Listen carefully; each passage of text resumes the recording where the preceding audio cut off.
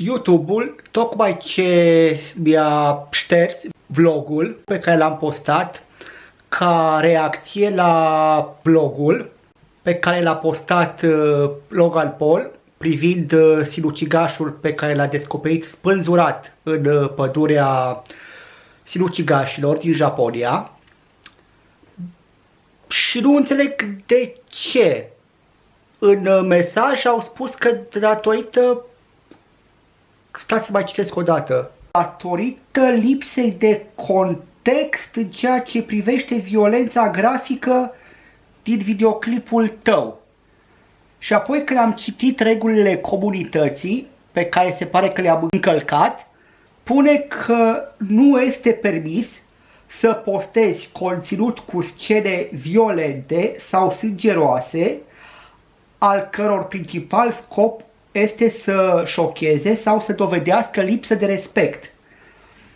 Dacă postezi conținut explicit în contextul prezentării unor știri, ai grijă să oferi suficiente informații pentru ca spectatorii să înțeleagă ce se întâmplă în videoclip. Asta scrie la regulile comunității. Păi și ce? Eu nu am făcut asta. Nu ați înțeles că eu vorbeam despre sinucidere în contextul faptului că Logan Paul, un YouTuber super celebru, a adus acest subiect în discuția publică, iar eu, care am fost personal afectat de acest subiect, deoarece tatăl meu s-a sinucis în urmă cu 21 de ani, am decis să fac un video în care să vorbesc despre sinucidere și sinucigași, cu scopul de a arăta celor care au asemenea gânduri negre că sinuciderea nu este o soluție, că dacă aleg această soluție, lasă în urma lor multe persoane distruse, își lasă familia, prietenii și așa mai departe. Sinuciderea nu este o soluție. Despre asta este vorba în videoclipul meu. Deci în niciun caz nu încalcă regulile comunității, ci din contră. Ajută comunitatea.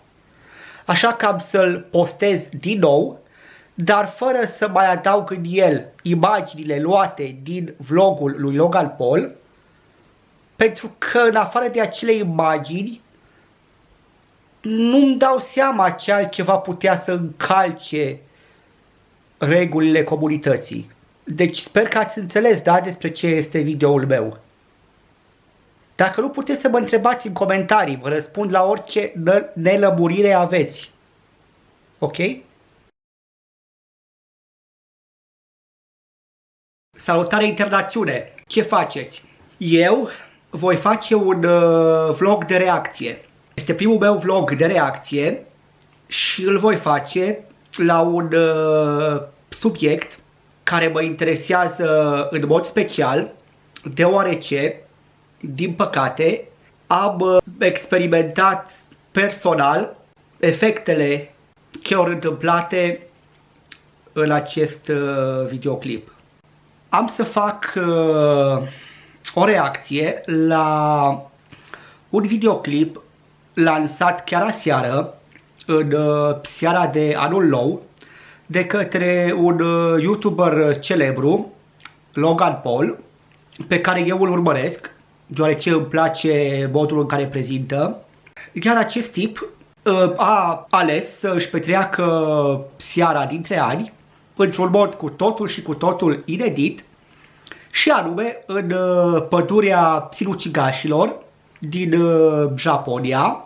Când am văzut titlul acestui vlog, We found a dead body in the Japanese suicide forest, m-am gândit că sigur este un clickbait. Și pentru că pe mine mă interesează în mod personal subiectul sinuciderilor, eram decis ca să dau dislike la acest vlog, să îi las un mesaj acid în care să-i spun că a depășit limita, că așa ceva nu se face, și să mă dezabonez de la el. Da, dacă acest vlog ar fi fost clickbait, eram decis să mă dezabonez de la Logan Paul, chiar dacă îmi place foarte mult de tip, de cum prezintă el viața lui, însă poate au o limită și aceasta era limita mea. Dar chiar din prima am văzut că treaba este serioasă și am decis să mă uit mai departe să văd, bă, chiar așa? Chiar a găsit un cadavru, un sinucigaș în pădurea sinucigașilor? Logan, permitem să te contrazic. Tocmai ce ai spus că nimeni de pe YouTube nu a mai văzut și nu a mai experimentat ceea ce tu tocmai ai experimentat. Ceea ce ai văzut tu acum, la 22 de ani, am văzut când aveam 14 ani, la mine în casă. L-am găsit pe tatăl meu, pânzurat. Da, aveam 14 ani, eram în vacanța de vară. Mama mea tocmai murise de 6 luni și după exact 6 luni, tatăl meu a decis să își pună capăt zilelor și să părăsească această lume și să-și lase singurul copil singur pe lume. Așa că acum înțelegi de ce eu sunt interesat de acest subiect și eram decis să mă dezabonez de la pagina ta în caz că făceai mișto și nu era niciun cadavru în pădure. Am văzut că ai fost foarte dărâmat, nu știai cum să reacționezi. De fapt, ai reacționat în modul tău, prin glumă, și ai dreptate, fiecare reacționează în alt mod. Tu ai găsit un sinucigaș spânzurat într-o pădure care îți era străin. Eu mi-am găsit tatăl. Tu ai chemat poliția. Eu, când mi-am văzut tatăl, primul lucru pe care am făcut, am încercat să-l salvez. Nu știam de cât timp este mort. Așa că am mers în bucătărie, am luat un cuțit și am tăiat sfoara. El era spânzurat de ușă, de acolo așa sus. Nici până în ziua de astăzi nu-mi dau seama cum a putut să se lege cu sfoara de ușă și să se spânzure, dar mă gândesc că atunci când vrei ceva cu adevărat, reușești. Așa că am și eu ceva de zis pe acest subiect. Am văzut că tipul pe care l-ați găsit voi în pădure s-a spânzurat chiar în ziua de Revelion. Și știu cu siguranță că familia lui va fi foarte tristă, distrusă chiar, pentru că acest om și-a pus capăt zilelor și nu a părăsit doar această lume, ci a părăsit și pe ei. Pentru că, vedeți voi, un sinucigaș niciodată nu se gândește și la alții, adică la cei apropiați lui. Prin definiție, un sinucigaș este cea mai egoistă persoană care există pe acest pământ. Este definiția egoismului. El nu se gândește decât la el însuși. Vai, Doamne, am o problemă uriașă pe care nu mai pot rezolva. Care-i soluția? Hai să pun capăt zilelor. Ce dracu? La dracu cu viața asta și cu lumea asta. Da, nu zic nu. Fiecare face ce vrea. Doar că alegerile noastre și faptele noastre au consecințe asupra celor apropiați nouă. Mai ales atunci când mori. Am văzut că Logan a început să dea sfaturi celor care se află în momente de cumpără și se gândesc să se sinucidă. Și da, are dreptate. Dacă vă aflați într-o situație nasoală, trebuie să vorbiți cu cineva. Oricine, nu contează cu cine. Cu familia, cu prietenii, cu tata, cu mama, cu purcelul, cu câinele, cu necunoscute pe stradă, cu mine. Puteți vorbi cu mine. Adică la câte probleme am avut eu în viața mea, am avut și am o mulțime de motive de sinucidere. Și încă mă vedeți aici, încă sunt aici, îmi trăiesc viața, sunt fericit. Așa că știu despre probleme și despre cum să treci peste ele. Dacă nu aveți cu cine vorbi, vorbiți cu mine. Dacă sunteți hotărâți să vă sinucideți, deoarece nu vreți să vorbiți cu nimeni sau vorbele nu v-au ajutat cu nimic. Eu vreau doar două lucruri să vă spun. În primul și în primul rând, alegeți o zi care este absolut normală, nu o sărbătoare. Pentru că dacă familia voastră tot trebuie să facă față pierderii voastre și să fie triști pentru toată viața lor, măcar să nu fie într-o zi de sărbătoare și să le stricați și acea zi. În cazul de față, tipul ăsta, care s-a sinucis în ziua de Revelion, a făcut o dublă bucurie familiei sale, care, pe lângă pierderea lui, acum, toată viața lor de Revelion, își vor aminti de această pierdere și toată distracția s-a dus, uite așa. Pe lângă faptul că el s-a dus, li s-a dus și bucuria lor de a petrece noul an cu bucurie. Și al doilea lucru, la fel foarte, foarte important, pe care ți-l spun din proprie experiență. Tatăl meu nu a lăsat niciun bilet de adio. Nici până ziua de astăzi nu știu de ce a ales să mă părăsească. Nu știu. Nu-mi dau seama ce motiv putea să aibă. Da, ok, mama mea a murit cu 6 luni înainte. Da, ok, el era bolnav, avea, nu mai știu exact, dar știu că s-a operat. S-a operat și operația reușise. Era mai bine. Deci stătea bine cu sănătatea. Nu avea niciun motiv.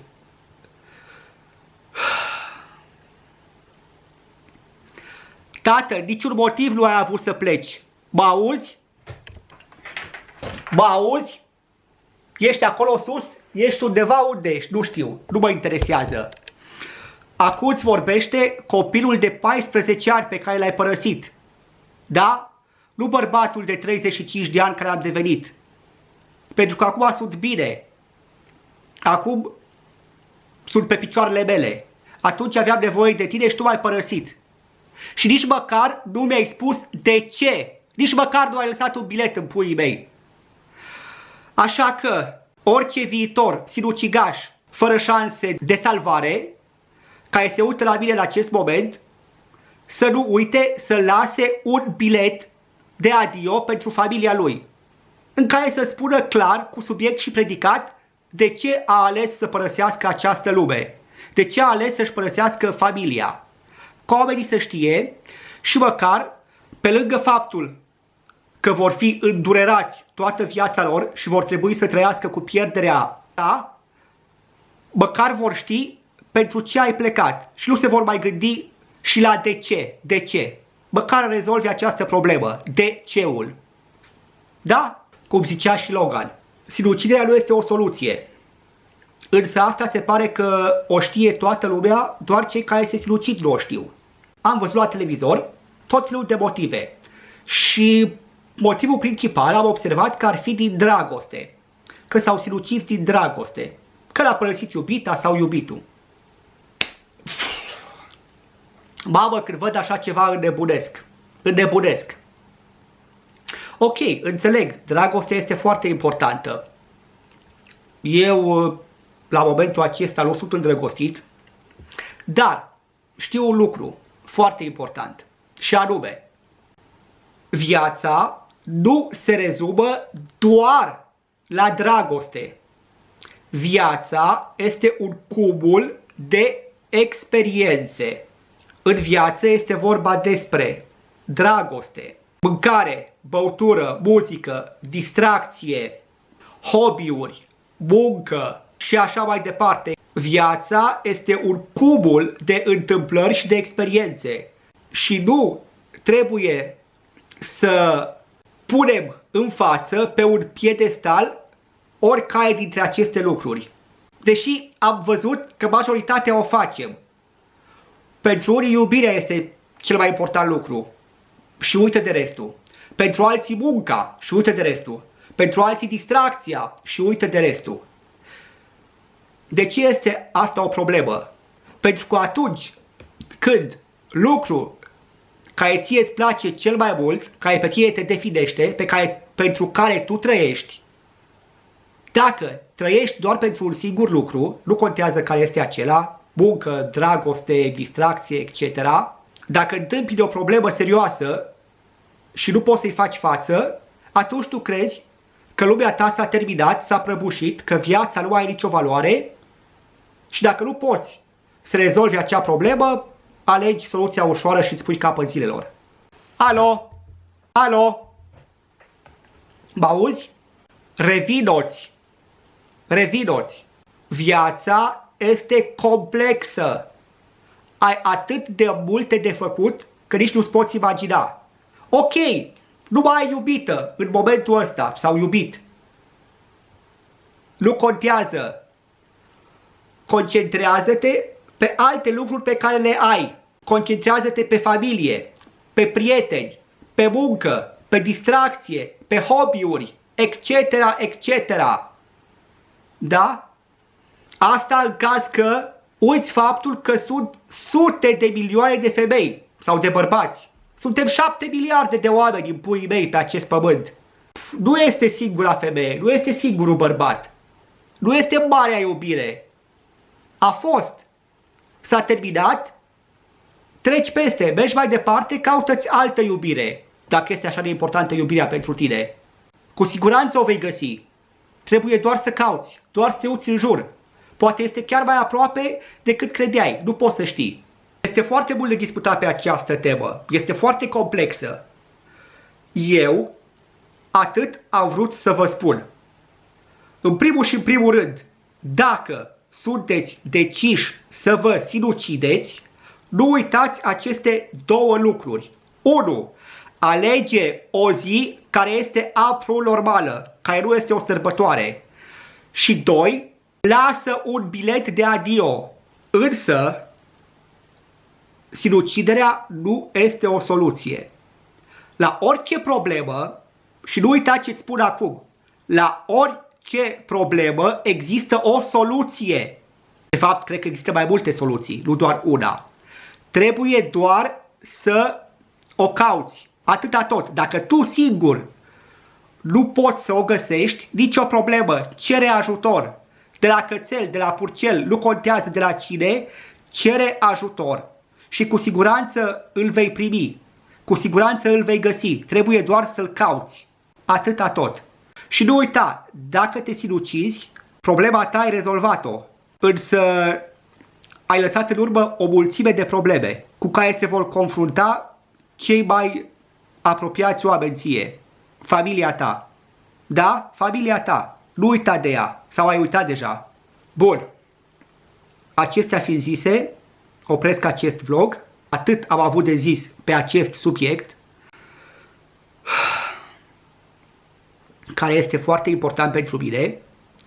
Și mă bucur foarte mult că Logan Paul, un vlogger atât de celebru, cu atât de multe vizualizări, l-a experimentat pe propria piele și în acest fel l-a adus în atenția publicului și pot să-mi fac și eu partea și să-mi aduc contribuția la această problemă care ne afectează pe cei care rămânem în urmă.